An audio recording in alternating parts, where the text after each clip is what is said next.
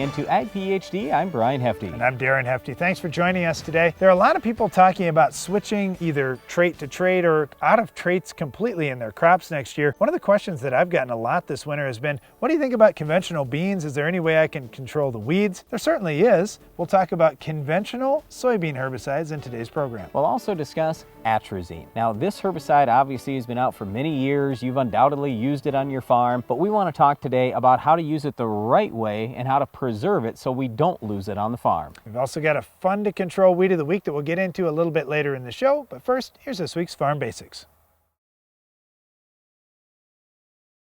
Farm Basics is brought to you by the Liberty Link trait and Liberty herbicide from Bayer. The most reliable weed management solution, Liberty Link and Liberty herbicide are the link to efficient row crop production and sustainable weed management.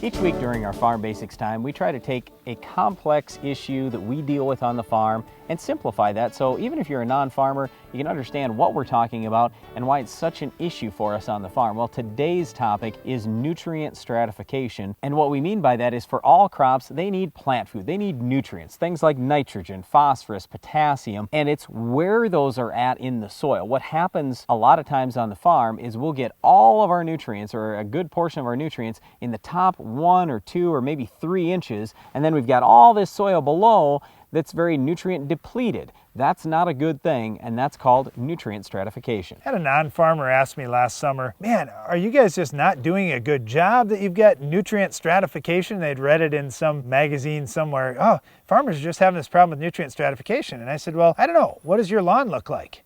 And he said, what are you talking about? I said, well, have you pulled soil samples out of your lawn and just taken the top couple of inches and the next couple inches down? He's like, well, no, I've never pulled any soil sample in my lawn. I said, go home, pull a sample in your lawn and then let me know how you turn out. And he's like, well, what are you getting at? And I said, you've got that nutrient stratification in your lawn too. And he goes, well, why do I have that problem? And I said, you have that problem because all your fertilizer you've spread across the top of the ground and then tried to water it in. And there are nutrients like phosphorus, for example, that really doesn't move much in soil. So if you spread it on the top and you water in your lawn fertilizer like it tells you to do on the bag, well, it might move it in just a tiny little bit, maybe in the top 1/4 inch of soil, but it's not going to move a whole lot further than that unless you got really sandy soil in your lawn. My point is this, it's not like we're necessarily doing something wrong, but it is definitely something to be aware of with different nutrients, how they move in the soil. And for farmers that are reducing tillage on their farms, I applaud them. There's so many good things about reducing tillage. The first one being reducing erosion, which is great. And farmers over the last several decades have definitely reduced erosion tremendously in our country. It's been a great thing. Now the challenge with that is, all right, if I don't do any tillage, how do I get those nutrients deep? And then you have to really incorporate the full system with using cover crops, with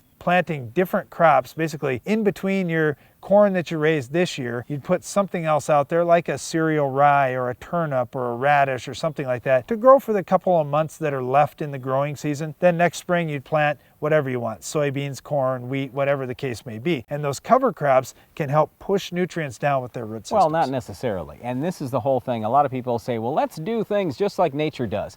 Well, here's how nature did it on the prairie. Okay, it didn't fertilize other than the buffalo roaming, and where did they incorporate their fertilizer? They didn't incorporate it, they laid it on top of the ground. Okay, and how about all that grass, when it dies off, every year there's a lot of top growth that dies off, where do all those nutrients go? They also sit on top of the ground. So nature has nutrient stratification. That's the way it is. Here's the problem. That's not real great for raising crops. It's not the best for raising grass. It's not the best for raising corn, for soybeans, for wheat, for any crop. What we want is more of the nutrients down a little deeper. How farmers first started doing that was through tillage. That's not necessarily the best way because, like Darren mentioned, there is erosion there. So now what a lot of farmers are doing is placing the fertilizer deeper with their planters or with machines like a strip till machine or a coulter machine, something like that. On our farm, we're trying to get a lot of fertilizer down at 8 to 10 inches deep, just pulling a shank through the soil. That works out very well. The more fertilizer we can get down deeper in the soil, the more roots we have deeper in the soil, and also the more stable those nutrients are, the less water concern we have. So basically when Brian is talking about this coulter or this shank to put nutrients down deep in the soil, like for our farm we'll use a shank, which is basically a knife that'll slice down through the soil, and it'll have a tube that comes in right behind the knife that'll drop the plant food down right at the bottom or wherever you want it to go. So you can get those nutrients down deeper in the soil. And the reason that that that's better than the system that nature started with, where all the nutrients were on the top, is now those nutrients are safe. If there is any erosion, they aren't going to wash away. And for roots, later on in the summer when it gets hot and dry, they're trying to go down deep looking for water. Now they find water and food. That's the ideal situation for plants. Well, once again, this nutrient stratification is a big thing for farmers. It's something we are constantly fighting on the farm, because nature is naturally going to place a lot of nutrients when crops are done, when grass is done, when anything is done. They're going to be laying on the soil surface. We've got to get those down into the ground a little bit more in order to get maximum yield production the following years. Well, nutrient stratification is definitely an issue that farmers are aware of and trying to manage on their farms. Another one of those situations farmers are after on their farms is weed control. Can you identify this week's weed of the week? What's next in weed control technology? Roundup Ready 2 Extend soybeans will provide tolerance to dicamba and glyphosate and will be built on the Genuity Roundup Ready to Yield trait. See them in action at extendfollowafield.com. I wish I could side dress more than just nitrogen. You can. While side dressing is efficient for nitrogen applications, you can also use that opportunity to apply PK and the micronutrients your crop needs. AgroLiquid's Calibrate and MicroLink products allow you to nutritionally balance your side dress application efficiently and economically. Let agricultural liquid fertilizer help you make your next crop a bumper crop. For more info, visit agroliquid.com.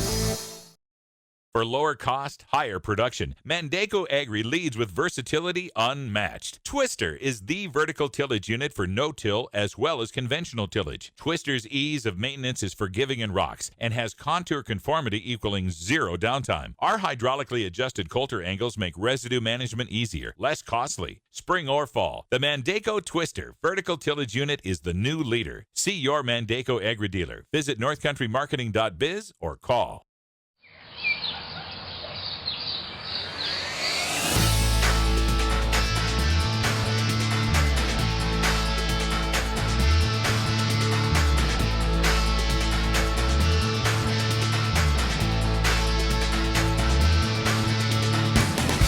Morton Buildings. Great buildings built for the great outdoors. Contact us today to take advantage of discount pricing during our annual Building Value Day sale. Titan Machinery and Case IH are proud to introduce the Magnum Row Track, a true row crop workhorse that turns like a traditional tractor while floating across your field like a tracked machine. Magnum Row Track outperforms two-track tractors, and Row Track has a better ride, full ground power in curves and turns, and virtually no rutting and berming. No matter the crop or soil condition, you can start sooner and work longer with Magnum Row Track from Case IH and Titan Machinery. Better solutions. A proven herbicide for decades, dicamba can provide burn-down residual control of tough and resistant weeds for up to 14 days. That's another reason why farmers will use dicamba for years to come. Brought to you by Roundup Ready Plus Weed Management Solutions.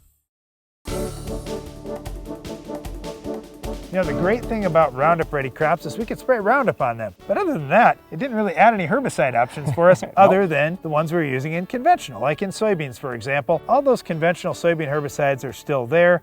If you're switching from Roundup Ready to conventional, or if you say, well, I'm planting Roundup Ready beans because Roundup kills a lot of weeds for me, but there's a few that it doesn't, hey, those conventional herbicides can still be used. We're going to talk today about conventional herbicides, what the program is, what weeds we can control, and how they can be used successfully. Right, so let's say that you don't have Roundup or Liberty, neither is an option, or they're just not working the way you want them. Here's what we suggest you do. Start with a 3 pre-emerge herbicide strategy. That would be one of the yellows, Sonalan, Treflan, or Prowl, with a PPO, that's either Authority or Valor, and Metribuzin, that's the old Sencor or Lexone. A lot of people say, oh, I can't use Metribuzin. Yes, you can. If your soil pH is above 7.4, or if you have sandy soil, then cut your rate back. I'm not saying you have to use the 1/3 of a pound. We would normally recommend use a 1/6 of a pound, or an 1/8 of a pound, or a 1/10 of a pound. You'll still get the same performance as the guy in lower pH, but you won't have to invest as much money. And yes, I realize this costs a little bit of money, but it's not that much. You're going to spend in the range of $12 to $20 an acre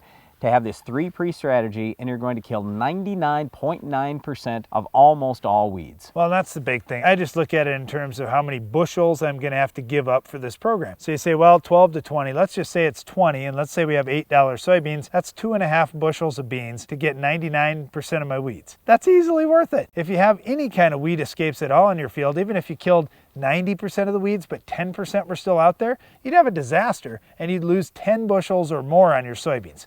Everybody that's raised soybeans knows that weed control is number one. I have to stop the weeds or I'm gonna lose lots of yield. That pre-program is well worth it. And the other thing is, all those products you just talked about, Brian, none of them can be used post-emerge. So we're using products and using sites of action and tools in our tool belt that we can't use again later in the season anyway. So it's great to get them out early, and we've taken no options off the table post. Okay, what we suggest to you is to do the 3 pre's, then scout your fields and see what happens. Maybe you don't have to spray anything. In a lot of cases, you will. We have plenty of grass herbicide options that are dirt cheap. Okay, there's Arrow, there's Select Max, there's Fusilade, whole bunch of options. Well, all right? and on most of the grasses across the country, if you were in Roundup Ready or Liberty Link soybeans, you've got those options too that also kill the grasses. It's been mainly the broadleaf weeds that we've been struggling with. Okay, so let's talk about those broadleaf weeds. It just depends on which weed you have as to what the best herbicide option is. So you can go to the Ag PhD Field Guide app. It's a free download for your smartphone or your iPad, and you can look up our best recommendations for the weeds that you have on your farm. But what we would tell you right now is there aren't very many herbicides that are very good, especially if the weeds are bigger than 4 inches tall. You've got to get those weeds when they're 4 inches tall or less post-emerge in soybeans, and you can do okay on most weeds. So Flexstar, we would say, is the best thing for Palmer pigweed and water hemp.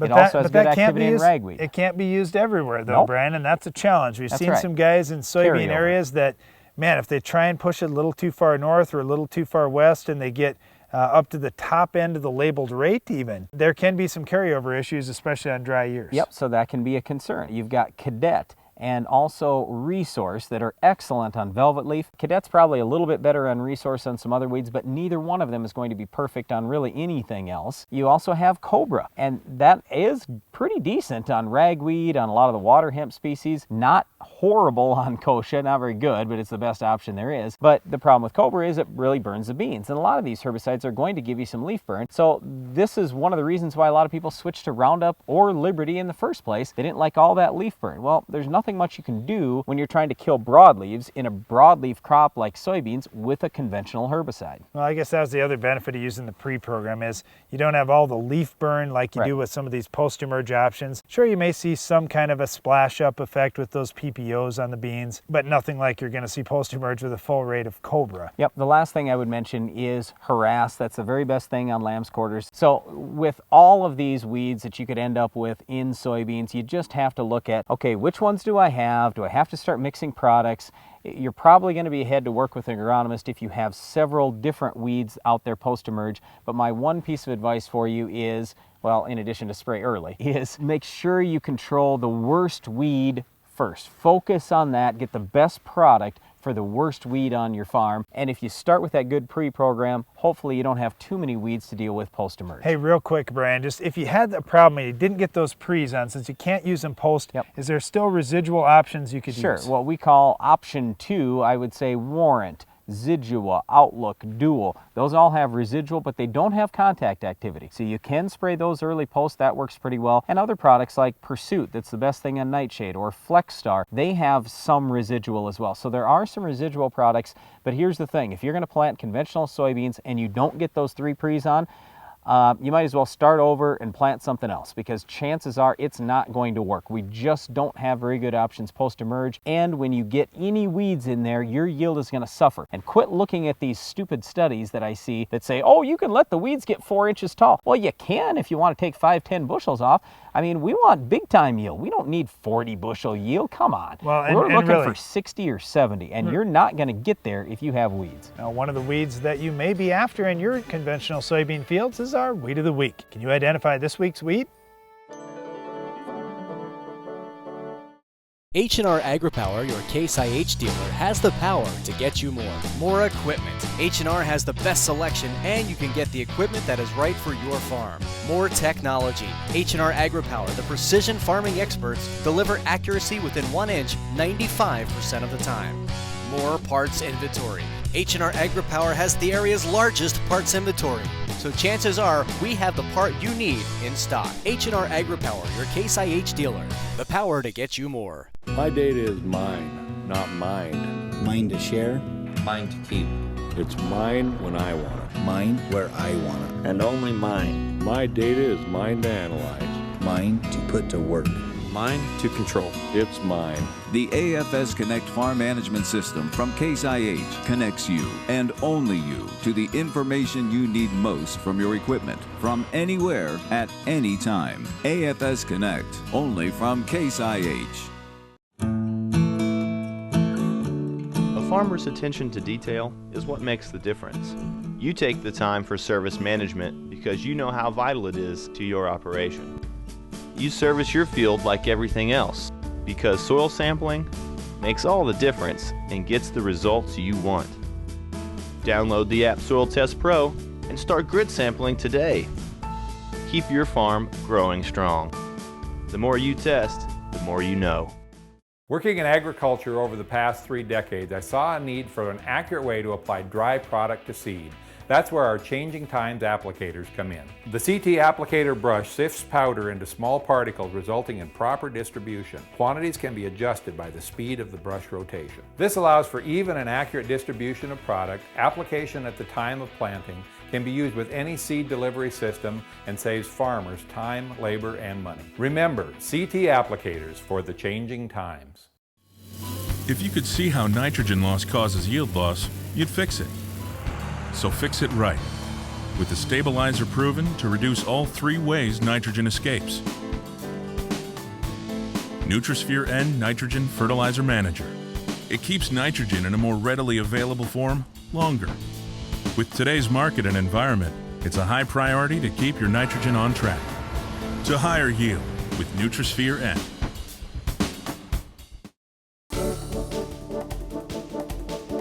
Atrazine has been out for many years. It's been used in corn and various other crops for a long time. It's a good product, but here's the problem with atrazine: it leaches. Well, that's definitely an issue. And the other thing, when it does leach, it can move quite a ways down, and it can actually end up in water and show up on a water quality test. And when you see whatever, 1 part per million of atrazine in your water, well, that gets people nervous, because atrazine, that's a pesticide. That's scary. And I'm not saying that I ever want to see atrazine in a water test. I don't ever want to see that happen. But there's certainly a lot worse things out there than atrazine. Well, yeah, and just to give you some data, and write this down, this is good stuff when you're talking to non-farmers, because they freak out about, oh, these pesticides are so dangerous. Most of them, absolutely not. That's completely untrue. Look at atrazine, for example. Okay, the LD50, so you can write this down. The LD50 of atrazine is 3,000 milligrams per kilogram of body weight. Do you know what the LD50 for table salt is? It's exactly the same. It takes the same amount of table salt to kill you as it does atrazine, all right? But if somebody found atrazine in the groundwater and they found salt in the groundwater at the same levels, which one would they be talking about? Okay, now you can also write this one down. Caffeine. You know how much caffeine it takes to kill you? Well, the LD50 is 200 milligrams per kilogram. In other words, what I'm saying is it takes 15 times more atrazine to kill you than caffeine, yet many Americans consume caffeine every single day, and we don't even think twice. Well, seriously, I was just thinking of the line outside of a Starbucks or a coffee house in the morning. Yep. And people willingly taking that risk, Brian, every day. Well, seriously, they're willingly taking poison. Now, I realize I'm just going way overboard with that, but just understand, it's the same thing as always. The dose makes the poison. We don't want to see atrazine in the groundwater. So how can we prevent it from getting in the groundwater? First of all, don't use it soil applied. Save it for post-emerge applications. And this is where we differ from many of the major ag chem manufacturers, from many of the ag retailers across the country. If you look back at almost all the atrazine ever found in groundwater, it's been traced back to pre-emerge use. quit using it pre, and we pretty much solve the problem. So spray that corn when it is a foot tall or less, use a half a pound per acre or less, never use atrazine pre-emerge, and we're not going to have any more atrazine issues for the most part around the world. Well, one of the weeds that atrazine does get added into the tank mix to try to help with is our weed of the week. We'll show you how to stop this weed coming up next. The Weed of the Week is sponsored by the Enlist Weed Control System from Dow AgroSciences, a new herbicide and trait system that will build on glyphosate. Farming isn't just in the land, it's in you. Take control of weeds like never before. Enlist builds on the Roundup Ready system, combining proven control of a new 2,4-D and glyphosate in Enlist Duo herbicide. Protect what matters without changing the way you farm. Talk to your seed or crop protection supplier today.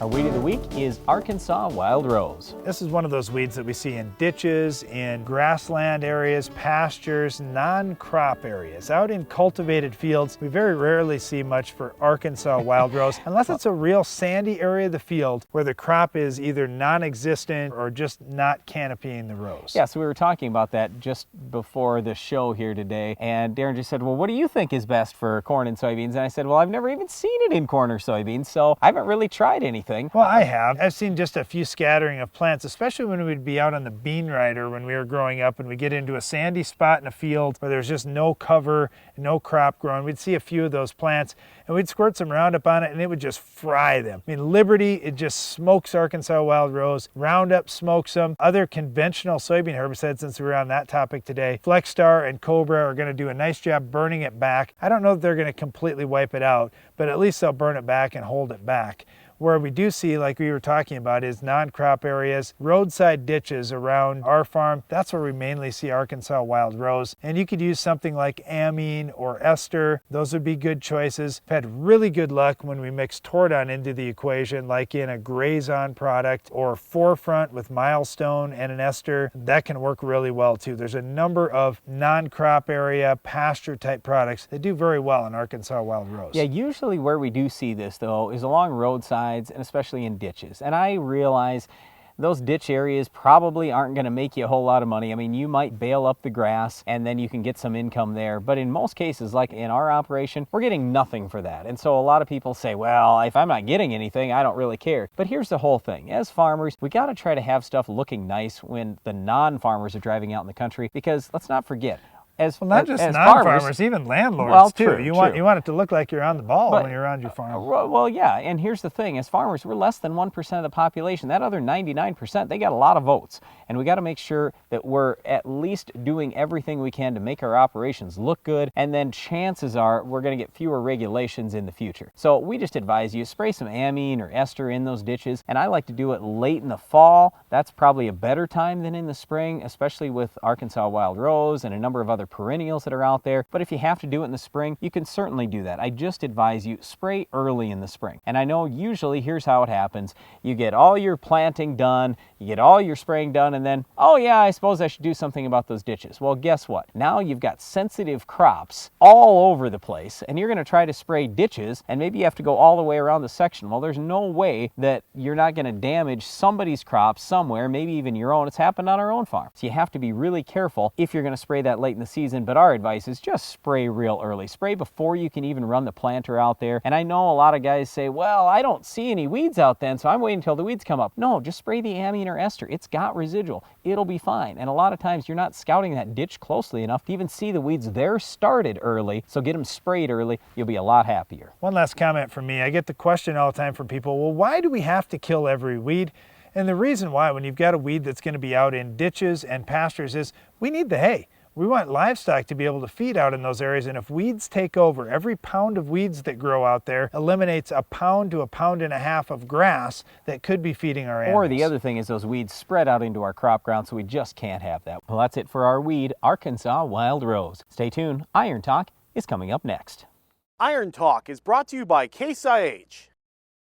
The AFS Connect Farm Management System from Case IH connects you, and only you, to the information you need most from your equipment, from anywhere, at any time. AFS Connect, only from Case IH.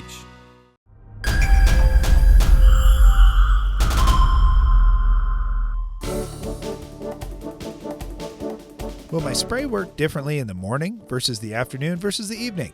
We had that question come up at one of our winter workshops. We'll explain how to manage that in today's Iron Talk. At our farm, we're looking for a day that isn't windy, has no chance of rain, is sunny, warm, has all the crop and weeds growing actively, and falls in the middle of the week if possible. How many of those days do you get on your farm? Well, we only get 2 or 3 of them each year the way it seems, and after that we're searching for a few hours here or there where we can knock some acres out until the next couple of hours of suitable weather. Wind seems to be one of those things that's certain to be a problem. Because of that, our operation, and likely yours as well, has been spraying many of the acres either in the early mornings or later into the evenings. There are a few challenges to watch out for though. Let's talk about moisture. Moisture is critical, and I'm not just speaking about the chance of rain. You also have to look at dew. If the plants are all dewy in the morning, you need to wait to spray until the dew is burned off. Otherwise, adding more water droplets to those already wet leaves will just cause all that moisture to run off, or if not, your spray solution will be diluted that much more. The other thing, especially in the evenings, is that spraying too late in the day may cause the spray droplets not to dry on the leaf effectively, making your rain-fast times much longer. So check the forecast before spraying and be aware of any moisture that may impact your spray. That's all for today's Iron Talk, and now back to the show.